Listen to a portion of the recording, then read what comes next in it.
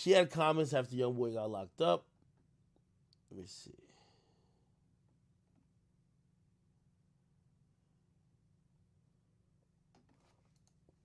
I don't know if I can find what Wendy said.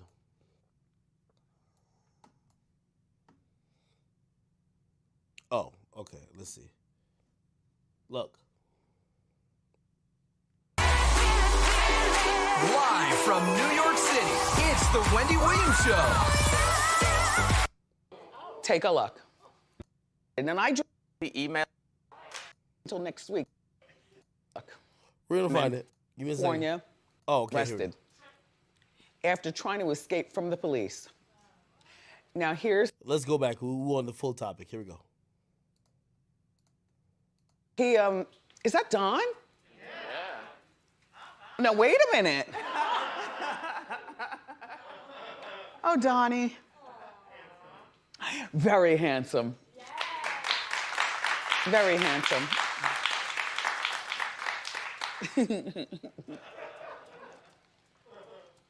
So, okay.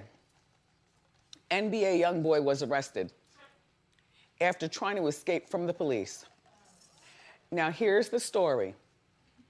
So, first of all, Youngboy stands for, NBA, never broke again. Okay, he had outstanding federal warrant, one, as we know of. And he was in California and just driving around with his friends. I don't know whether he was driving or the passenger, but he was with friends, and the cops noticed the car. It was probably a loud rapper car.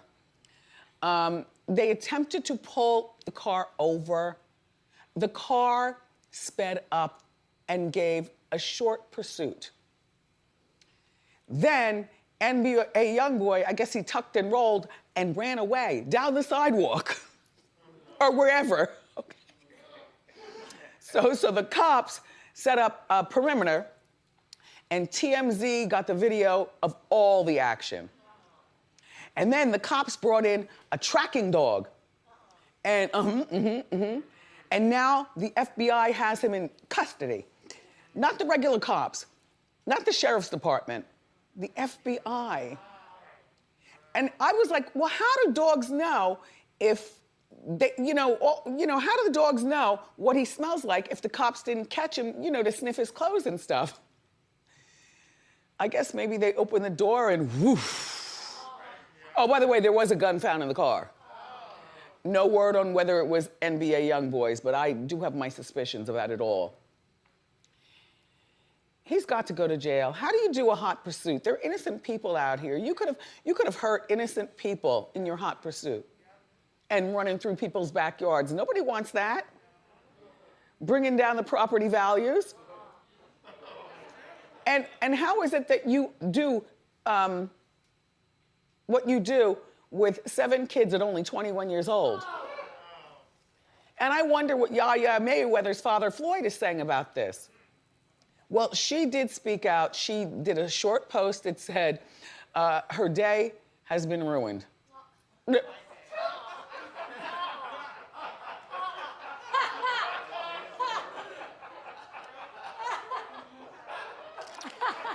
Floyd, if she just goes to jail, then Yaya will move on. I know she has a baby with him and everything, one of his 7 children.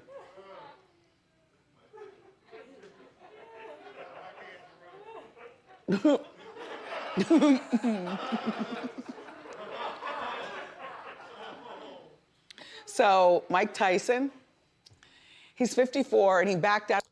All right. Okay.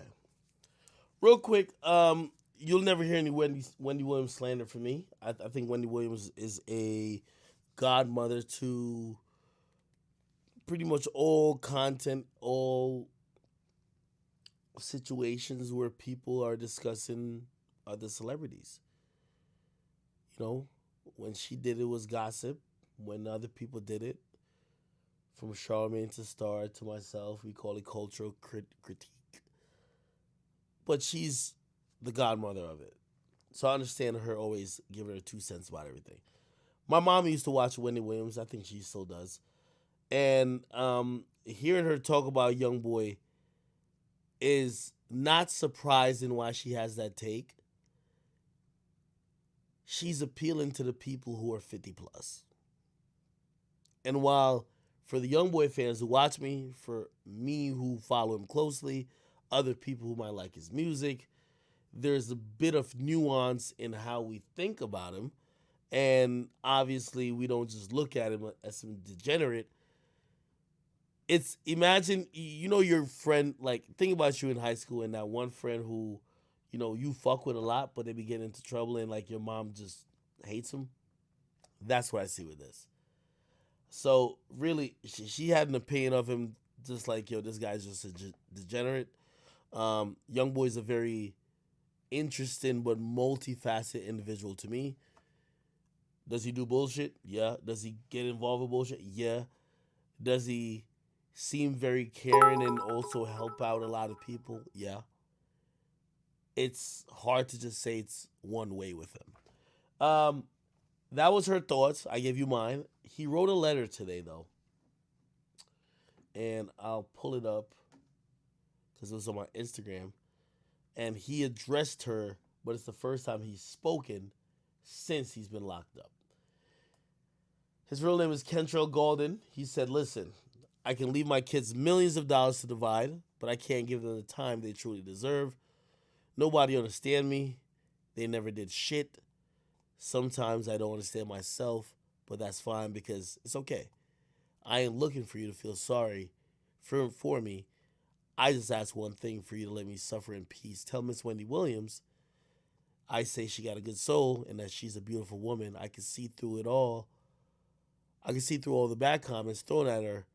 Tell her count her blessings, stay in good spirit. Sincerely, Kentrell. I'm going to give y'all some nuance to this topic or this letter by Youngboy. When I sat with Youngboy for about 3 to 4 hours, and the majority was caught on camera, but there was at times we turned the camera off, that he could relate things to me that just should not be recorded. This is in line with exactly how Youngboy thinks. He's someone who feels that whether it's his background, whether it's just the circumstances that is necessary for him to live the lifestyle he does, he's used to and he's accepting of pain, hurt, letdown, disappointment, and things of such nature.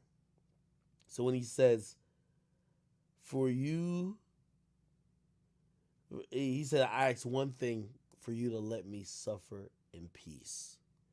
I remember sitting with Youngboy and asking him about just trying to find that tranquility, trying to find that middle ground where he could be happy and where he didn't have to have all these anxieties. And it was tough getting through to him. I do believe Youngboy is someone who feels like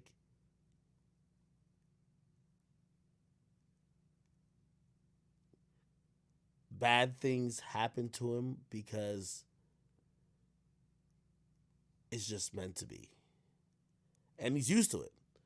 So, I remember talking to him, and one of the only reasons, and by the way, I think that's one of the reasons you guys never heard a conversation with me and him, it was disturbing a little bit. Youngboy was so fixated on death and so accepted.